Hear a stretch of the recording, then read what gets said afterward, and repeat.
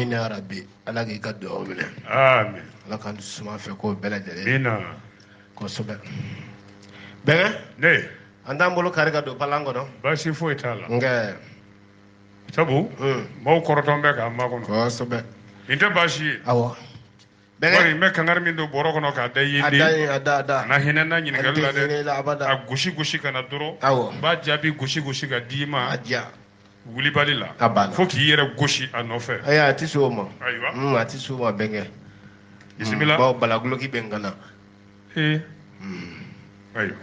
Bɛnkɛ. O tuma n'i kɔ munnu mɛn dɛ. O t'a ka la dɛ. Bala n'a tulo. Bisimila. Bɛnkɛ. Ne ko Diko bɛna mun de fɔ dimanche don dɛ. Sortie de Mamour Diko c'est dimanche soir. Awɔ. 2 points. L'imam lèvera un coin de voile sur le danger qui guette le Mali. Ni y'a nanzarakan ye k'a sɔrɔ ni nɛn dɔ la ka walawala ka fɛsɛfɛsɛ bamanankan na bɛɛ b'a faamu. Minnu ne kɛ joona o. Awɔ. Les pays y'a fɔ cogo min. Ko imam Mamour Diko. Ni Ala sɔnna dimanche nata. K'a na fura bɔ woro ɲɛma. Kojugu min bɛ ka Mali den ka na. K'a na fura nin bɔ o woro ɲɛma. Ayiwa bɛnkɛ ni danna tɛna n tɔ faamu. Yɔrɔ Mamour tun y'a fɔ dɛ. K'ale bɛ se k'a ka misiri kɔnɔ k'ale y'o fɔ. Ko nka misiri in ye Mali dɔ de ye. A kelen kɔ ka waatinin kɛ maa kun t'a kumakan mɛn. Imam Mamour Diko. A nana ŋaniya siri sisan sa k'a na bɔ ka kuma Malidenw ye. Ka kuma an ka ɲɛmaw ye. Ka kuma diɲɛlamini tɔnbaw ye. Dimanche nata Diko bi kuma koyi. Ko janfa cɛjugu min bɛ ka labɛn diɲɛlamini jamanaw fɛ an ka Mali kama k'a ni nɛn don a la. O ye don jumɛn ye ni Ala sɔnna dimanche nata kalo in tile 28 tɛ wa. Awɔ. Kalo sa. Ne bɛ siran kalo sa. 28 novembre. 2 jours de b'an ni 30 cɛ. Mamada kalo sa ka gɛlɛn. A ma nɔgɔn dɛ bɛnkɛ. O bi bɛn o ma sa o. Dimanche kalo tile 28. Mamour Diko y'o don in de sugandi k'o kɛrɛnkɛrɛn k'u na bɔ ka duwawuba kɛ Mali ye. Ayi alhamdulilayi. Kuranɛ kalan bi kɛ. O ka kɛ. O bɛna kun cɛ ni foroba baro ye. Tubarikala. Point de presse. Foroba baro in de kɔnɔna la sa. Mamour Diko a na kuma k'i nɛn gosi i ka dɔn bondaw la jamana in yɛrɛ minɛ cogo la. Sɛbɛn fasiriba ko dakuru ɲɛ fɔlɔ la Diko bɛna se min ma a da bɛ sɔn ka se min ma o de ye janfa min bɛ ka labɛn diɲɛ kɔnɔ n'a bɛ senna Mali juguya la. Ala k'an kisi k'an bɔ. A ko Faransi bɛɛ ka janfa jugu de labɛn kelen. Ala k'a bɛɛ tiɲɛ. Ko ka d'a kan Mali kama. Munna Faransi bɛ k'o kɛ Mali sera k'i kɔ da olu kɔ la cogoya min k'o de ma bɛɛ Faransi ma. Ala kɛlɛ don. An ka jamana ɲɛmaa minnu b'an kunna bi olu k'u ɲɛ coro Faransi ɲɛ la k'u disi da Faransi disi la k'u ma se k'o dumuni in kunun de i k'o to. Ayiwa. O la sa ko Faransi ma jɛ ni min ye an ka premier ministre yɛrɛ Docteur Choguel Kokala Mayiga. Ko ye kuma min bɔ a da ko Faransi y'an to pankulu kɔnɔ k'i cun an dun tɛ se avion boli la yɔrɔ an da ma fama kuma. An da ma fama nin ma dɛ. Mamada ko ja o ye Faransi tɔɔrɔ dɛ. O ka Faransi sa a n'u bɛ se jamana o jamana la u bɛ k'olu de fara ɲɔgɔn kan an ka fanga furancɛ fanga ɲɛmaw kama. Mamada a n'u bannen min bɛ ka sariti na bonya n'o ye fanga furancɛ fanga sariti ye. Ayiwa.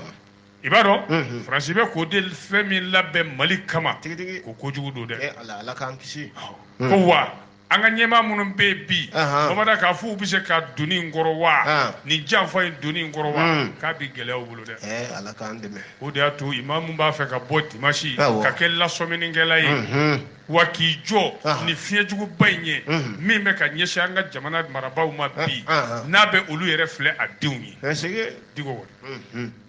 a masurunama dɔ de bɛ ka nin bɛɛ fɔ an ye dɛ. A b'a fɔ dɛ. Ko Diko bi sɔn ka nin fɔ. Maaw k'a faamu dɛ. N'a bɛ n'o fɔ a bi sɔn ka nin fɔ. A ko n'a ma ɲɛ a bi kuma dimanche kuma tako filanan Diko bɛ n'o kɛ mun kan baganya min bɛ Mali yɛrɛ denw ni ɲɔgɔn cɛ an bɛ don min na an ka adamadenya la bi. Ko Maliyɛnw tɛ ɲɔgɔn fɛ tugun hinɛ ni makari fasoden ɲumanya o bɛ ka don ngalama la jamana yɛrɛ tɛ ka dɛmɛ jamanadenw fɛ. Ko bɛɛ kɛ n bɛ jɔyɔrɔ ɲini ka fɛnw ci ka kɛ taabolo fila ye Guarada jamatigi opposition majorité ko bɛɛ kɛr'o ye k'a fɔ k'i bi kɔrɔmatigɛli kɛ ɲumankan wa ko n'i y'o kɛ k'u b'a fɔ k'i ye fasoden jugu ye est-ce que minnu ni masakɛw bɛ ɲɔgɔn fɛ bi olu kɔni ɲɛ bɛ fɛn bɛɛ sanu wuli nama la est-ce que u ta masakɛ ninnu u t'u ladi lajiko ɲuman na u kɔni bɛ to ka wusula de k'u kun dɔrɔn ka diya baranin ci u la dɔrɔn olu ka burutani nɔfɛ ko Mali sera yɔrɔ min na bi jiko ta fanfɛ k'o ti bɛn dɛ ayiwa ko ka jamana kɛ maa tɛ se ka kɔrɔmatigɛli kɛ i tɛ se ka hali ladilikan di ko maa maa y'o kɔrɔbɔ i b'a dɔn ko wulujuguw ka jahanama tasuma de bɛ jigin i kan kana siga fiyewu ayiwa ko minnu an ka nin yɔrɔ in fɔ tubabukan toute personne qui tente l'expérience verra la foudre des chiens de garde des autorités s'abattre sur toi. Ils n'ont aucune éducation, aucune politesse. Ils bafouent les principes qui ont toujours caractérisé les Maliens, c'est-à-dire le respect des personnes âgées, la courtoisie. Donc n'i y'a fɔ bamanankan na a bɛ faamu dɛ mɔgɔ ma ne de y'a kɔrɔbɔ sa k'e kɔni na kɔrɔmatigɛli kɛ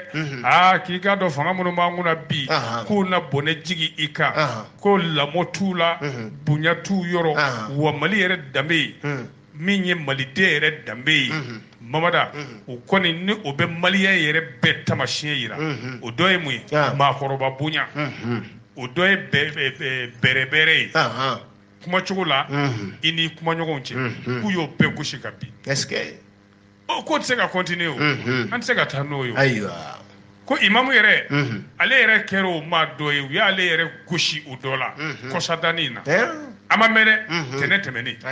u nana ja dɔ bɔ bɔlɔlɔsiraw kan jajuguba o tuma ka nkalonw sɛbɛn o kan bɔlɔlɔsiraw fɛ ka da mun kan dɔrɔn u b'a fɛ ka imamu nɔgɔ ko imamu ka nin jamana jɛ nin ko dɔwɛrɛ tɛ dɛ k'a bɛ ka jamanadenw fara ɲɔgɔn kan de ye minnu y'o ko in kɛ k'olu y'o montage in kɛ dɛ walasa ka maaw bali ka bɔ dimanche n bɛna ka kuma fɔ ale de y'o fɔ an k'i tɔgɔ a ko ayi a b'a sɔn ka tɔgɔ fɔ a ko ni Diko ko a bi kuma dimanche don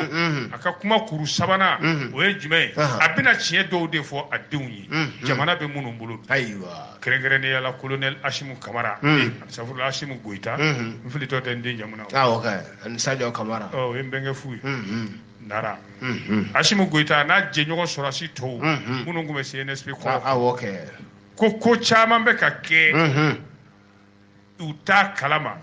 walima hali n'u b'a kalama maaw bɛ k'u bila fili la maaw fɛ minnu bɛ munumunu na u kɛrɛfɛ mais ka sɔrɔ olu ye faso yɛrɛ juguw de ye ko ni Diko k'a bi kuma dimanche a bɛna min fɔ colonelw ye k'u k'u kɔlɔsi nkalon na dɛ ka nkalon tigɛ jamana ye u k'u kɔlɔsi o la k'o kɔlɔlɔ ka jugu kojugu minnu bɛ ka wuli an b'aw kɔkɔrɔma don an b'aw kɔkɔrɔma don u bɛ ka tiɲɛ dɔw dogo sɔrɔ a su la ko ye ko y'an kan ka minnu haramuya ka bɔ an ka taabolow la Babada ko o taabolo kelen in de tun bɛ fanga kɔrɔ bolo n'olu wulila o fanga kɔrɔ in kama n'o ye IBK fanga ye ka révolte kɛ k'u dafiri ko maa minnu b'u kɛrɛfɛ n'olu bɛ ka yɛlɛw fɛ ka sɔrɔ min b'u kɔnɔ Ala de b'a dɔn k'olu de bɛ ka haramu don malidenw ni ɲɔgɔn cɛ jamana kelen kɔnɔ u b'a kɛ cogo bɛɛ la ka dingɛ in de bonya sa Asimu ni jɔnni cɛ Asimu ni maabaw cɛ maaba minnu b'a fɛ ka kuma sɛbɛnw fɔ a ye jɛlenya ni tiɲɛ na k'a bilasira ani min kun bɛ kuma la a ko k'ale bɛ dan yan ko nka a mana kɛ cogo cogo kɔni imamu ka dimanche nata bɔli Babada k'a b'i lakali tarikuw la dɛ cɛ y'o fɔ a ye dɛ ko Diko tɛ bɔ k'i jɔ k'i kɔ da fanga la ayi mais a bɛ ladilikanw de di ka lasɔmini di walasa fanga furancɛ fanga sira bɛ se ka tilen cogo min na a waati la an kuma ɲɔgɔn ko k'ale bɛ dan ye jɔnni ye nin fasiri Boubacar Yalikoye le pays bɛnkɛ ne ko bɛɛ sen bɛ foroba kuma na wa Assise nationale de refondation ayi jɔnni ninnu sen t'a la 6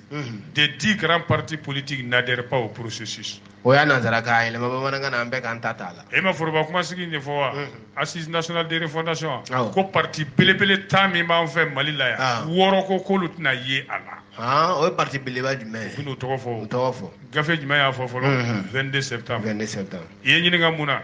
parti ninnu tɛ wa RPM b'a la SADI b'a la Parena bala, Kodem bala, UDD bala, Miria bala. Ta parti woro. Nya fame.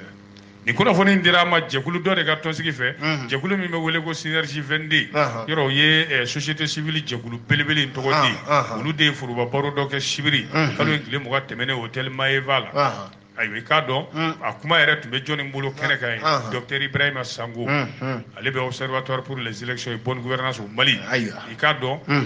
organisation société civile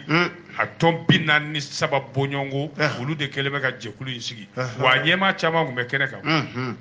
o jɛkuluba in de bɛ wele sa ko synergie 22 olu kɔni bɛ ka kow de lajɛ ka kow sɛgɛsɛgɛ baaraw taabolo la fanga furancɛ fanga in nɔfɛ kɛrɛnkɛrɛnnenya la foroba kumasigi in bɛ ka taa taabolo min kan u b'a lajɛ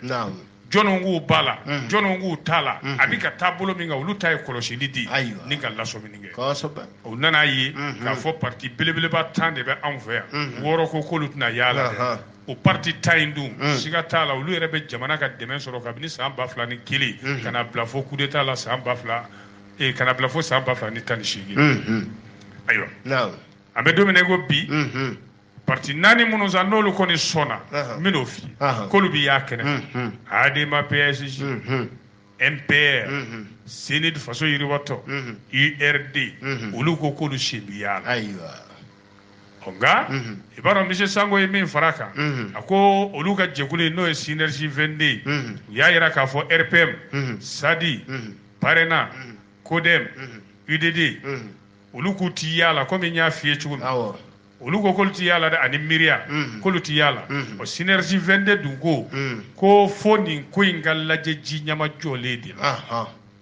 k'a lajɛ dɛ bɛɛ bɛ se ka don nin ko la cogoya min an bɛ don min na i ko bi ni ye synergie 22 maaw ka taabolo ye olu ko hali bi an bɛ nɔ min na i ko sisan kalafili denw ma lakodɔn maa si t'o dɔn ani taabolo 13 baarabolo 13 min bolo dara olu bɛ k'u yɛrɛ ɲininka ne ko olu bɛna kɛ ka bɛn waati jumɛnw ma yala o u bɛ se ka baara in bɛɛ kɛ ka bɛn waati dɔnnen ma wa ka taa ni fanga furancɛ fanga ye danga na danga ɲuman na wa k'olu kɔni bɛ min ɲini an ka ɲɛmaaw fɛ o de ye u ka kɛ cogo bɛɛ la jama fanba o ka ye ANR nin na dɛ n'o ye Assise nationale de réconciliation de refondation o tuma ka kalafili don jɛlen fɔ tigitigi min bɛ da kɛnɛ ka bɛɛ k'a ye a kɛ don a kɛ cogo hali kalafili kɛcogo wɛrɛw bɛ yen k'o fara a kan u ka kalafili sɛbɛnw lajɛ ka maaw tɔgɔw sɛgɛsɛgɛ kosɛbɛ bɛɛ sen ka ye a la o bala kalafili yɛrɛ don sa a kun bɛ kɛ kɔrɔlen cogo min u nana ni hakilina kura ye k'olu b'a fɔ k'o fara kan dɛ mamada kala bɛ ka fili cogo min jaabi bɛ ka dɔn a nɔfɛ ten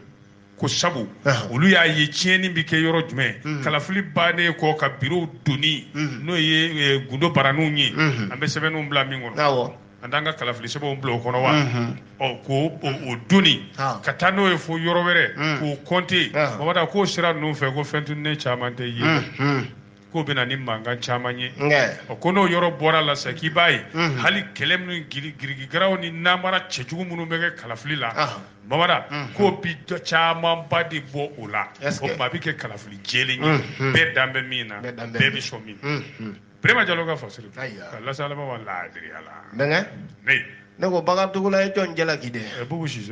ko jalaki ko mun kɛra mun ko la e ka tɛ procès crime économique ma. Deux points. À la barre, Bakar Togola accuse l'ex-premier ministre Bobo Sisi. A fɔ bamanankan na. Ko Bakar Togola jɔlen bɔgɔ jeni kan. Bamana k'a ye jɔnni jalaki an ka premier ministre kɔrɔ Bobo Sisi. Bobo Sisi. Ko di? N bɛ n burankɛ kuntigɛjɛ fo. A y'a jalaki cogo di? Vieux Sisi. An b'a fo. E burankɛ don wa? Awɔ. Ne kɔni burankɛ don. Ne burankɛ don. A ta b'i bolo i ta b'a bolo. A ta de bɛ ne bolo kɛ bɛnkɛ. A ta de bɛ ne fana bolo. A denmuso sara de bɛ ne bolo. I ye n ka mɔgɔba don dɛ, n ka foli bɛ ye kosɛbɛ. Bon ne yɛrɛ ka mɔgɔba don. Awɔ. Mais ni si ma bɔ a kun na ne tɛ se k'a bonya. Bon ne kɔni da t'o la. K'a kuntigɛ jɛlen. Ne m'o fɔ dɛ.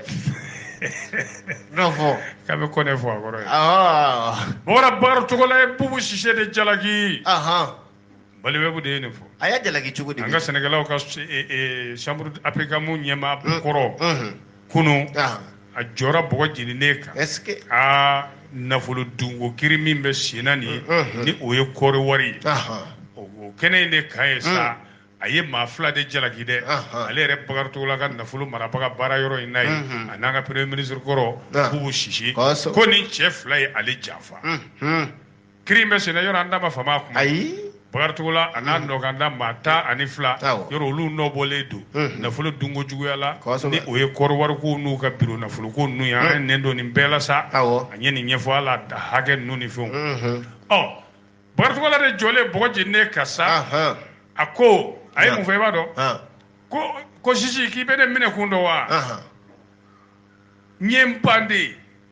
ka n bolonɔ bila sɛbɛn dɔ la o ye mun sɛbɛn ye nɔgɔ sɔngɔ n'o ye engrais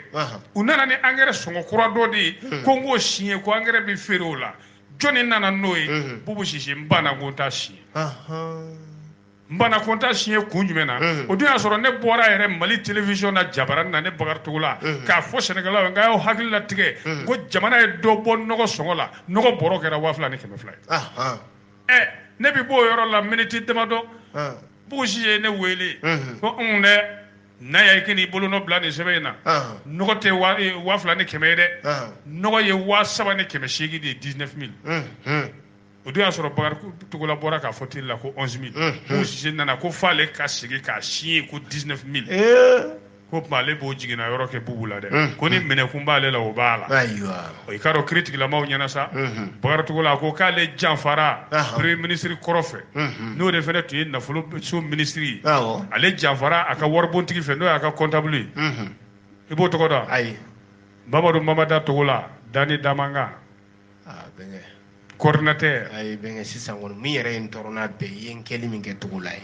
o de sɛbɛnnen bɛ non bɛnkɛ o ye kelen tɔɔrɔ dɛ Mamadu Mamada Togola Dani Damanga bɛnkɛ c'est à dire e ma se ka ne kɛ diɲɛ jamu yɛrɛ fo Togola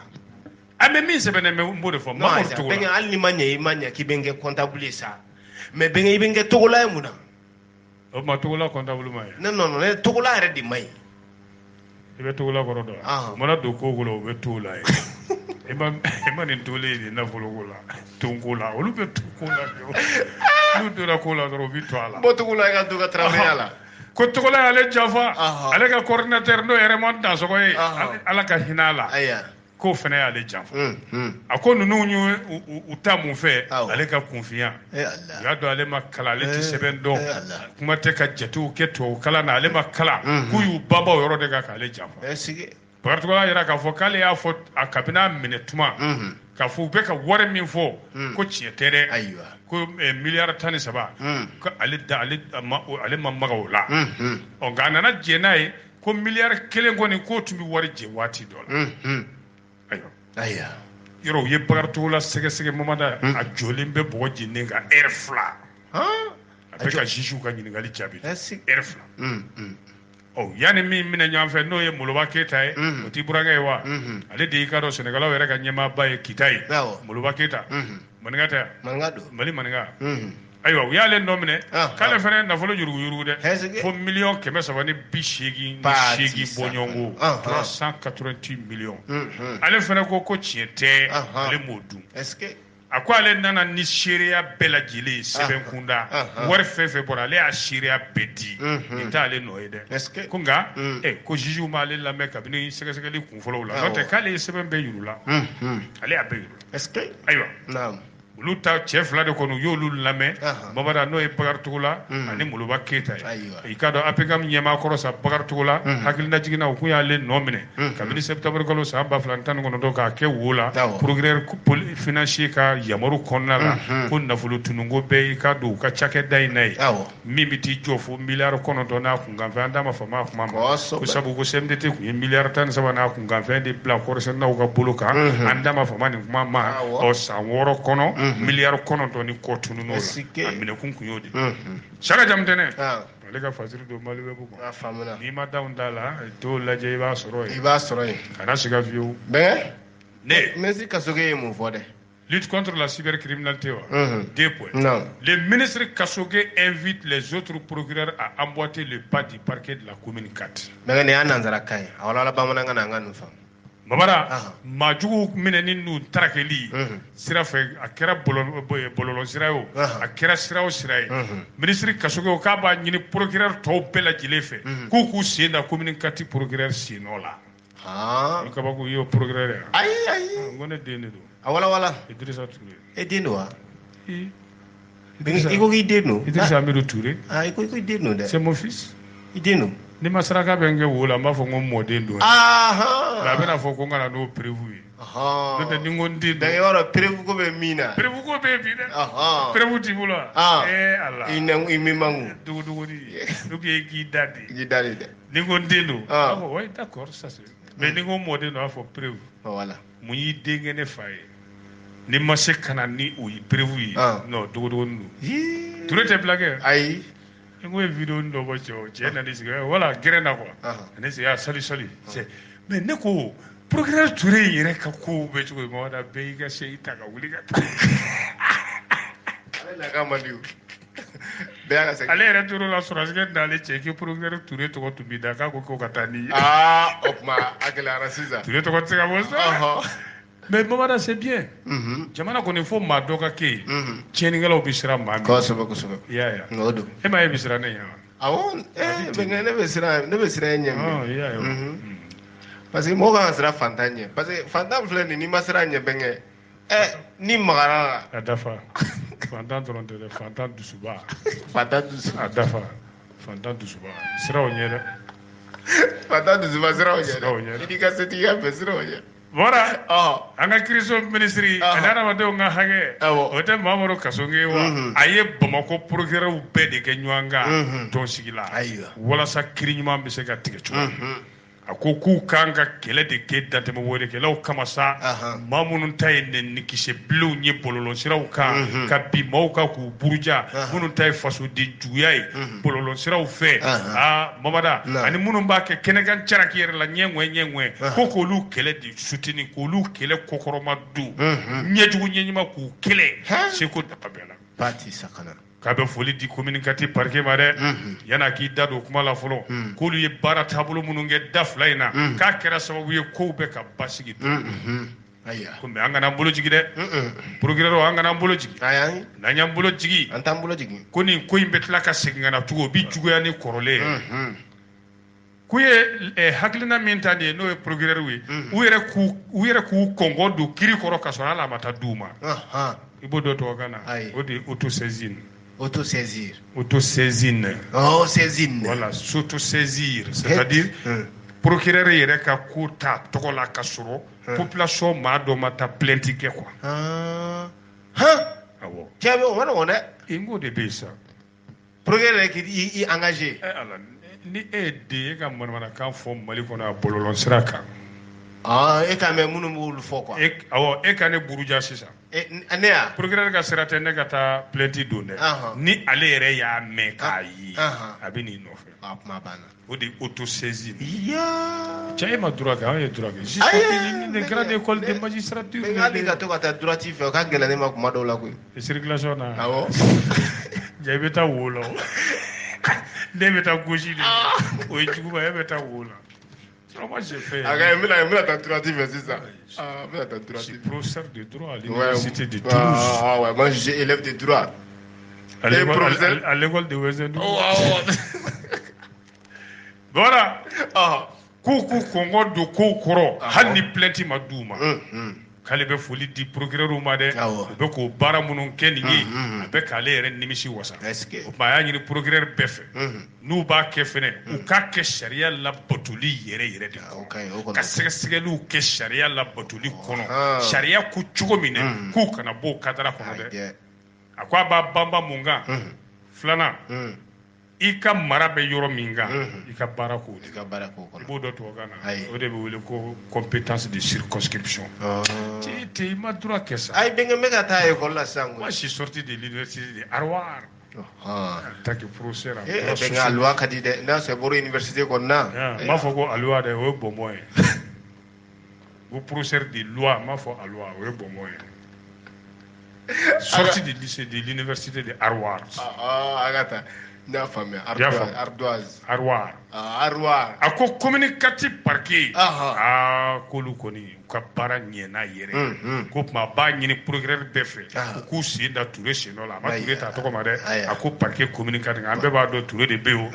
ko kow bɛ ka kɛ sisan Mamada k'olu kan ka kɔkɔrɔma don k'u la timinandiya o tuma procureur yɛrɛ k'u kɔngɔ don kow kɔrɔ yan'a ka juguya u yɛrɛ k'a sɛgɛsɛgɛ sariya kɔnɔna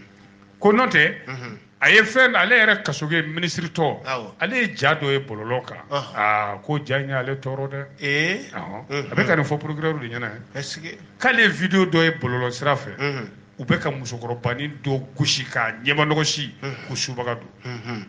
ko mais u ma se k'a dɔn video in na a kɛra sigida min na jɔnw bɛ k'a kɛ ko donc ale tun b'a fɛ o ko sugu ninnu ka dabila u k'a lajɛ n'u sera ka hali a sigida dɔn minnu b'a la k'u dɔn u ka wuli k'u tɛgɛ da u kan a bɛ procureur min ka mara kɔnɔna la o k'i bolo da u kan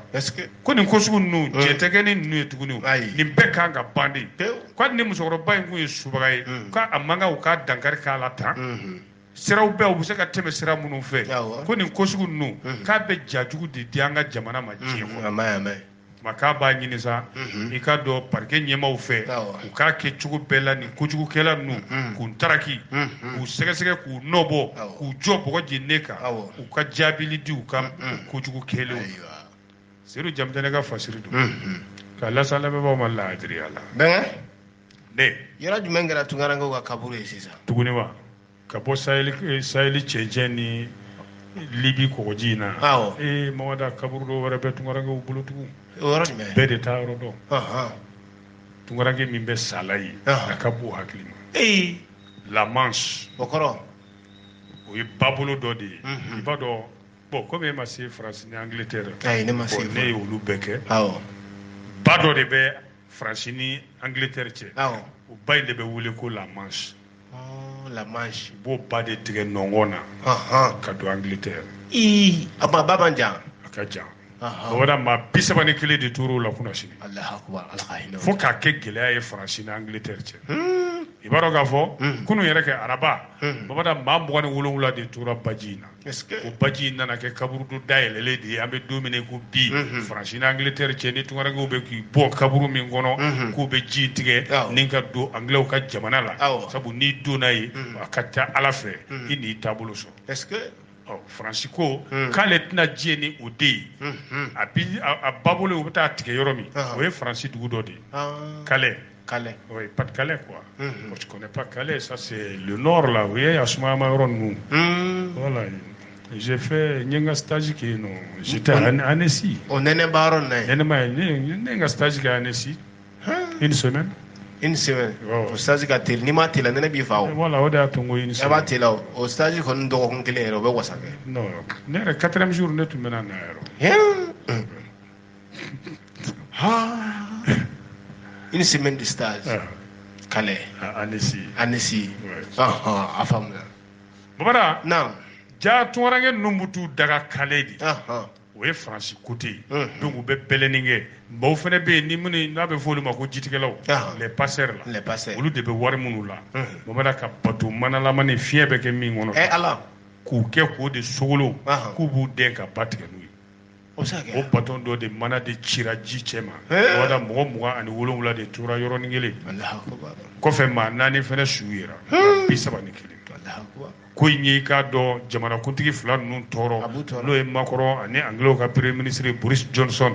u bɛɛ ko bɛɛ k'i cɛsiri i ka fa Mamada misi bonyara ko n'i ye su ninnu bɔlen k'u da musokɔnɔma dɔ tun b'a la yɛrɛ ani funɛnkɛnin dɔ fana tun b'a la u kɛlen k'o ye tuma min u nana jateminɛ de kɛ o tuma Faransi k'i banban Calais kan Anglais fana b'u banban baji sanfɛla an'u bɛ se ka ba tigɛ ka jigin Anglais ka dugukolo kan yɔrɔ minnu na olu b'u banban o kan i y'a faamu Mamada k'a ta novembre kalo tile 11 in na ka na an bɛ don min na i ko bi maa 1,085 Tunkarankew la olu de ni dan b'a kan f'u ka ba in tigɛ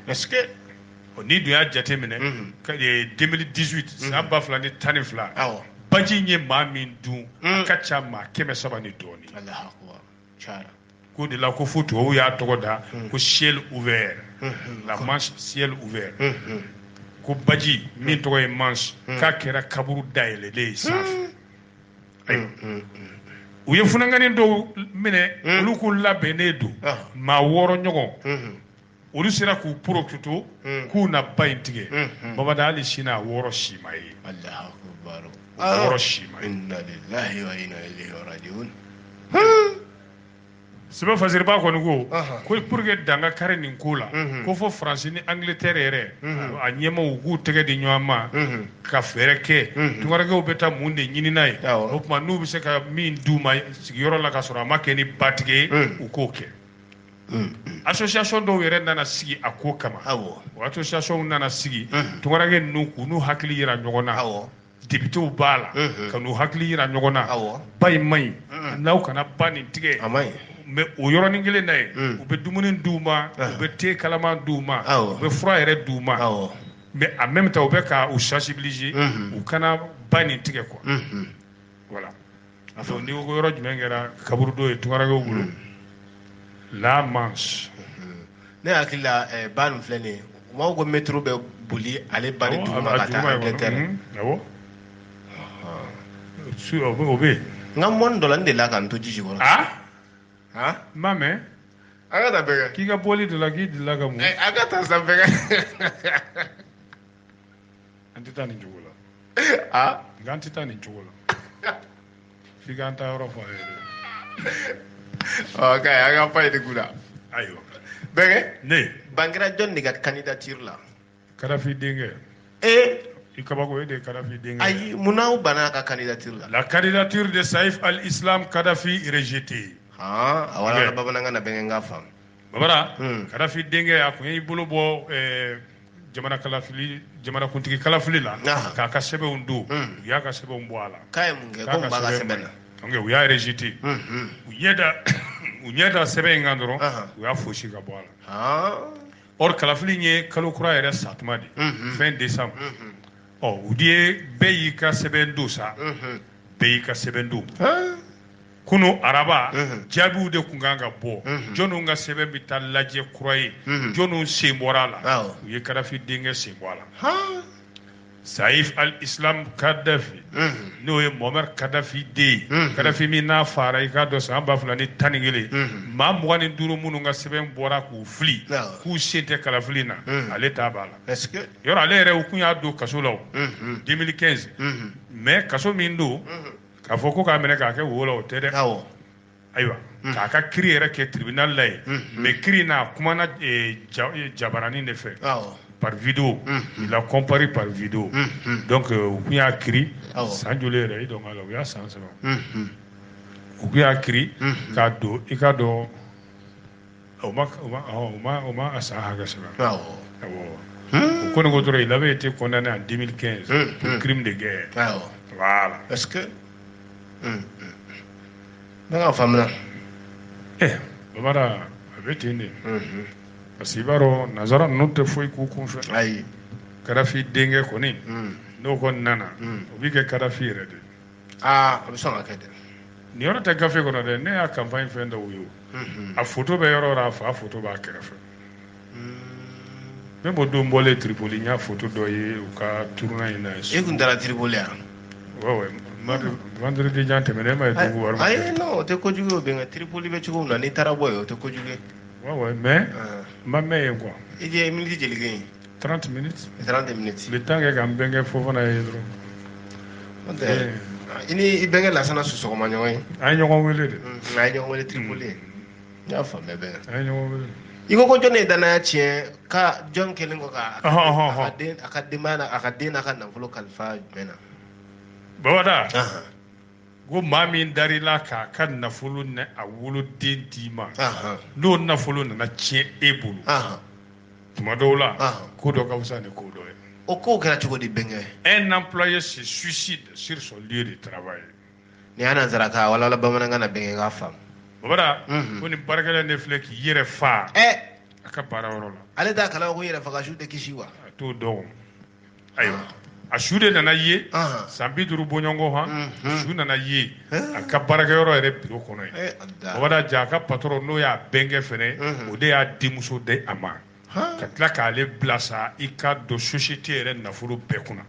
mais comptable dɔ b'a kɔrɔ ye o de bɛ nafolo nin bɛɛ hakɛ dɔn o fana b'a compter ale kɔ ni ka kunnaya bɔ kɛ ayiwa an tor'o la babada ja kamalen muso in b'a fɛ cogo min n'o ye cɛkɔrɔba denmuso ye sɛbɛn fasiriba ko ko a yɛrɛ ka bila nin jɔda in na ko n'i ye denmuso in sen bɔ a la k'a tɔ b'i dɛn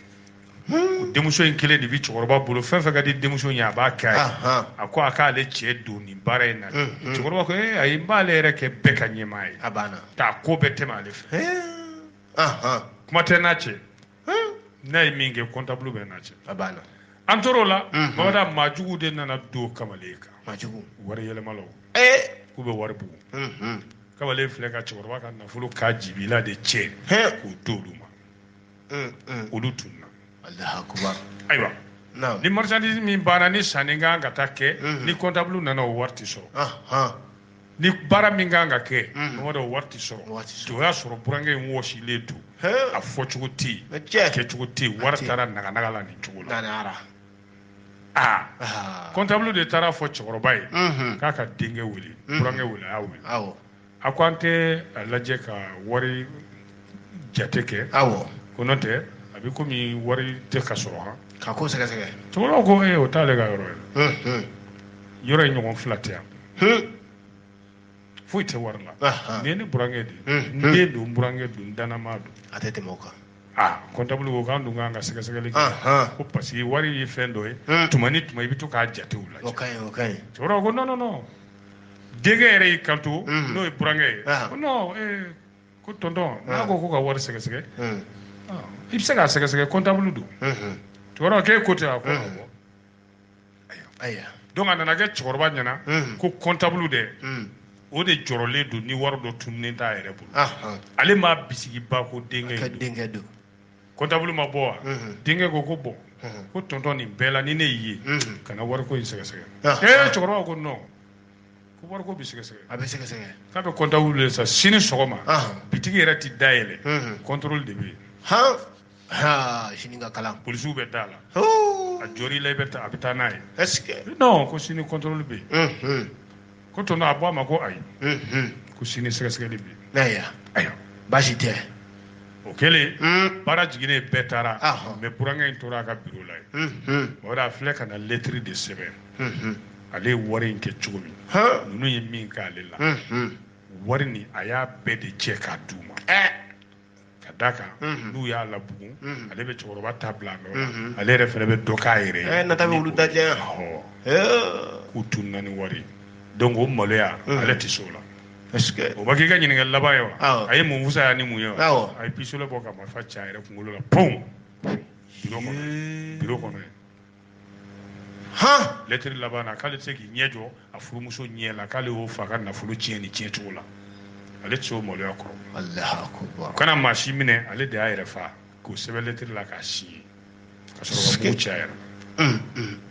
dugu jɛlen sa baarakɛlaw bɛ na ale kelen yɔrɔ jɔsi la bureau jɔsi la o de nana k'a ye a ka bureau ma sɔgɔ o ko ko patron ɲinana ka taa k'a ka bureau dayɛlɛ ne de tubabu don o ma dayɛlɛ wa k'a bɛ bureau jɔsi wa o de taara bɔ a kan ka wele da sa u kana ka polisiw wele polisiw ka lettre ɲɛ k'o kalan ka ɲɛfɔ cɛkɔrɔba ye ayiwa sɛbɛn fasiriba ko muso bɛ so kɔnɔ yen o ma cɛ ye su bɛɛ ko yala o tɛna na baarayɔrɔ la wa n'o nana k'a bɛ ɲɛfɔ ko nin bɛ ɲɛfɔ muso in ye cogo di ɲininkali kɛ sɛbɛn fasiriba ko n'o y'a ɲɛfɔ ni min bɔra a la n'an fana y'a ye an tɛna fɔ siga t'a la a bɛ bɛɛ lajɛlen fo ka bɛɛ lajɛlen waleɲuman dɔn den o tɛ dankari bi ta la wa o bɛ dan sigi bi ta la ni ala ka di ye ni ala ma baasi kɛ inshallah sini an tɛ ɲɔgɔn sɔrɔ nin kɛnɛ kelen ni ala ka nɛgɛ ɲɛ 17 n'o taala n gosira telew ni ala ka jɛ an bɛ ɲɔgɔn sɔrɔ kosɛbɛ inshallah ok hakɛto b'o la sallallahu alaihi wasallam aw maa minnu sigira ka dɔnkibaro kɛnɛ lamɛn radio Urale FM konkan fɛ bi aw tulo garisɛgɛ kɛra min ye o kɛra nin ye mali kɔnɔ a n'a kɔ kan an n'a fɔ ko ka an na aw bɛɛ donna nataw la radio Urale FM konkan fɛ hakɛto b'o la sallallahu alaihi wasallam